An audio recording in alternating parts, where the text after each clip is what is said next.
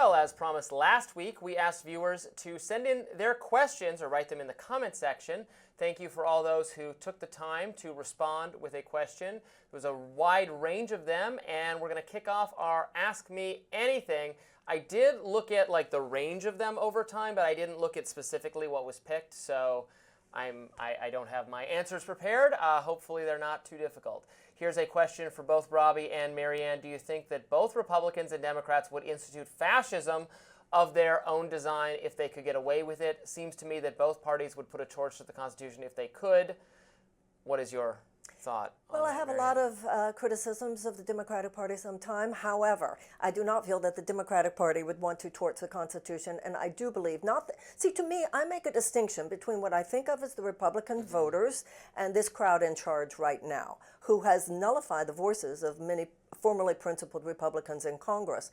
Do I think that the Musk-Trump cabal now would like to torch the U.S. Constitution? Absolutely. And do I think that they are on their way to their own brand of fascism if we allow them to? Then yes, I do. Unfortunately, I in no way believe that that's true about the Democrats.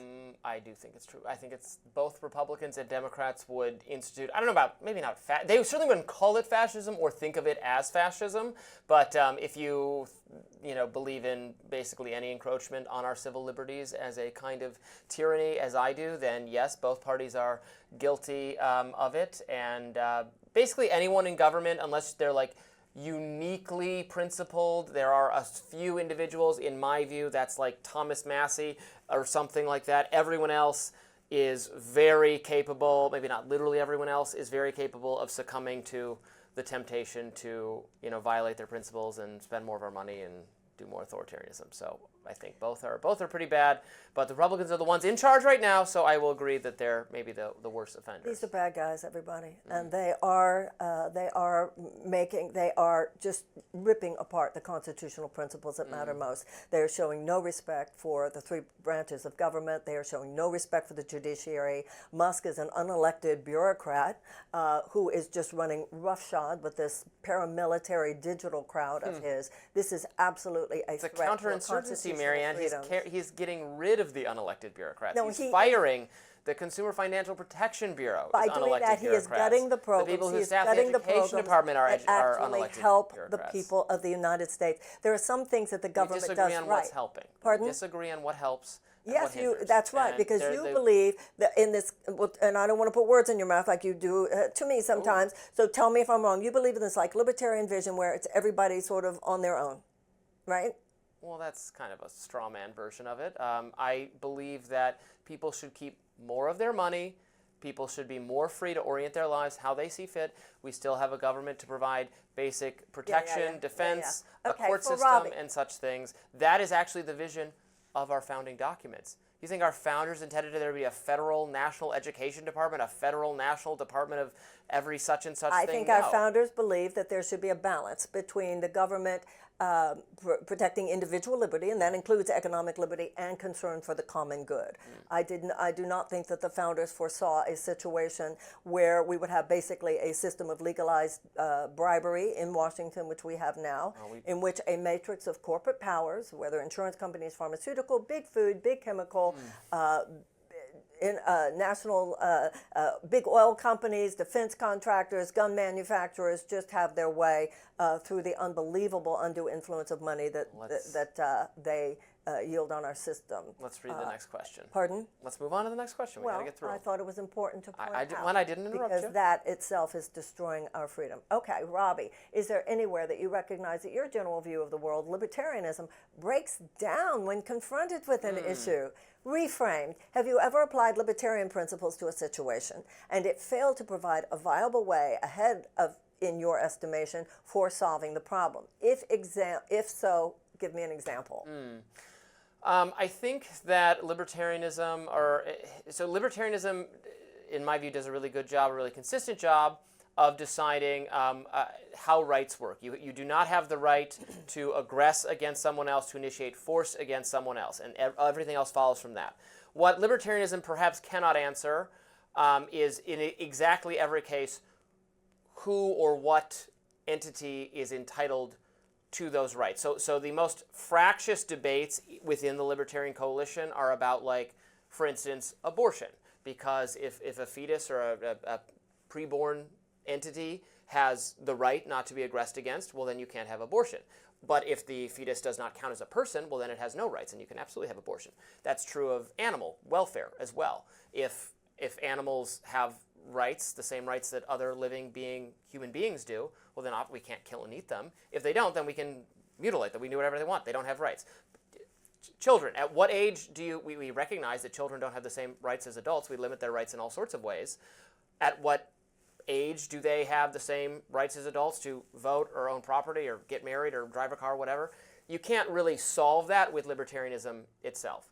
I will further add that one thing I changed my mind on a little bit over time, maybe the only thing, is treatment of the very, very mentally ill. I used to be a big, like, no, we can't force them to take, I mean, that's their choice. If they're sick, but that's their choice. And now, having lived in a city for a lot longer, I see how that's really not, it's not practical or humane to let, or really about free choice, because they're so insane and drug addicted, they're not really choosing to writhe in the street, causing harm to themselves. So I am more for forcible treatment for the violently mentally ill than I was when I first read One Flew Over the Cuckoo's Nest as a kid and thought it was the greatest book ever. Let me ask you a question. Given your libertarian views, would you like to see Social Security scrapped? Yes, absolutely. And you are very enthusiastic about scrapping the consumer protection. So Social Security, so what do you think should happen to people who get to the age where their bodies have broken down, perhaps, or they have diminished ability to find a place for themselves within the U.S. economy? What they should just have been smarter and saved? No, we can continue to have welfare programs for people who are truly impoverished at any age. Okay. Yes, I would still have that. I would not have the Social Security program specifically. And any proposal... Okay, we should move on. Since we talked about Social Security a great deal today. Next question, I would like to know what each host thinks is the most likely way to overturn Citizens United, and what would be the most likely way to get term limits in place in Congress. Well, Citizens United, it's a Supreme Court decision. It's not going to get overturned. You could have a constitutional amendment to say that money spent on elections or whatever it is does not count, is not subject to First Amendment approval. Like anything that amends the Constitution then is not you can't say that's unconstitutional. You literally amended the Constitution. But the Supreme Court has held very clearly, and I agree with them, I know you don't, I agree with them that money is speech, and so just as you can't prohibit someone from writing a book criticizing Hillary Clinton, you can't prohibit someone from giving money to Hillary Clinton or giving money to her political rival. So I believe that one day Citizens United will be seen as one of the worst decisions by any Supreme Court in American history. It has given the capacity of huge moneyed forces to so flood, and with dark money, so flood our system as I said before, turn Washington itself into a system of legalized bribery. Because Trump got 3 Supreme Court choices during his first term, we now have a very conservative court. This court obviously will not be overturning Citizens United. However, there are millions of us for whom overturning Citizens United is as much a focus over the next few years and decades as for many people overturning Roe v. Wade was. What we need is a president who will have the opportunity to appoint Supreme Court justices so that we will have the opportunity to overturn Citizens United and return our political system to the people. Not just the rich people who have the money to have nobody's supposed to have a louder voice. That's the thing. In America, it's not supposed to matter. It's not supposed to matter. The idea that only the very, very rich get to influence policy to the extent to which it is influenced by the very rich right now. This is exacerbated by Citizens United. It's horrifying. But we can't equal... Where in the First Amendment does it say the government can equalize people's ability to have a platform or speak? I mean, you're a more influential commentator than your speech counts for more, is more influential because you're a bigger name and you're on a YouTube show with me than your average person on the street. That's obviously not addressable through government action, you cannot right? compare that. The late Supreme Court Justice Louis Brandeis said you can either have large amounts of money concentrated in the hands of a very few, or you can have democracy. You cannot have both. The fact that this billionaire class and corporate class is able to use money to, listen, I have run for office. I understand why you need money to run for office, and I understand where that's what's happening right now with Musk saying, he just put in $100 million. That's what's happening with Musk saying anybody who does not go along with the Trump agenda, and this is why the Republicans are so cowed right now. He's saying, I will put in whatever money necessary in order to support a primary challenge to you and to defeat you. But money that is doesn't the opposite of a government of the people, by the people, and for the people. We have become a government of the billionaires, by the billionaires, and for the billionaires, and nothing did more to make that so than Citizens United. As for term limits, congressional action. I'm in support of them. Probably. Yeah, at this point, I am as well. I don't get really worked up about tweaks to the system. I care more about like having policies I want be implemented. You're like, let's have term limits. Let's do this system instead of that. Let's do like I like ranked choice voting. It sounds good to me. I would support it if it's on the ballot. I don't wake up every morning and go, oh, let me do like minor tweaks to the system of our governance. I care more about whether the policies I want get implemented. But it's yes and no. I support term limits. It's yes and no for me. I do support them. At this point, most of the people who are there wouldn't vote for them because they want to stay as long as possible. And also, much like you're saying, it wouldn't get to the fundamental problem, but I do support them. And I do support ranked choice voting. I think it will help. My question for Marianne, with our national debt being larger than our GDP, how do you propose to address the prospect of future generations walking away from obligations placed upon them by politicians buying votes today with debt? Let me tell you what walking away from those obligations is. The Congressional Budget Office announced yesterday that if we extend, and they will extend, Trump and his sycophants in Congress will extend the Trump tax cuts. Between now and 2030, this will add $37 trillion to the debt. It will add $4 trillion over the next 10 years. So if we really want to live up to our obligations, we will stop just feeding billionaires more and more and more money. We need fair taxation. We need a wealth tax. We need to stop with the corporate subsidies, and we need to cut defense spending. If you want to really be loyal to future generations, that's what you do. What we are doing now and pretending with what Doge is doing that this is going to help.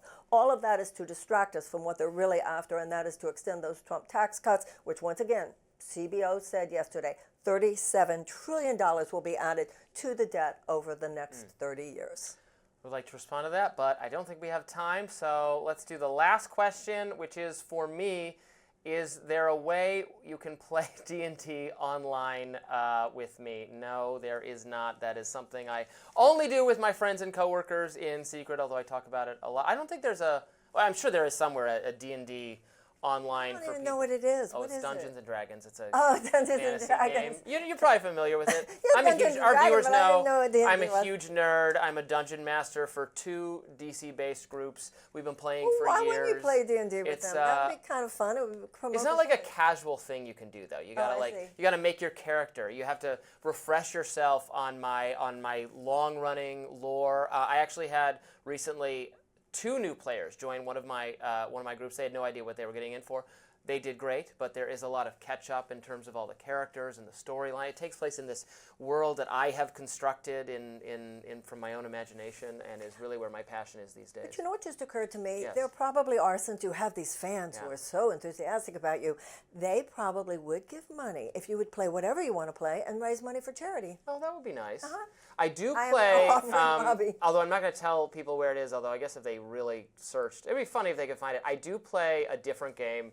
Do you know the party game Mafia? Have you ever played the party game Mafia or Werewolf or whatever? No, but we see one at work right now in the U.S. government. Oh my goodness. It's fun game. It's like a college party game. Like you play with a big group of people, and some people are the Mafia or the werewolves or whatever you call them, and everyone else is the townspeople, and they have to figure out who the Mafia are. The Mafia know who each other are. They're trying to vote them off. So I play this online in a forum for a different game under a screen name. So if you can figure out where that is and who I am, and you can join a game, you could play Mafia with me. This could become a Robby mystery. There could be a continuing, I've been like playing everybody trying to games guess there who for you years. are. I mean, I bet people could figure it out in 2 seconds. Please send in your questions again today, and we will try to answer them next week. That does it for us today on Rising. Be sure to like, share, and subscribe so that you never miss any of our content. And for those of you who like to listen while on the go, we're now available anywhere you can get podcasts. Thanks so much. Thank you.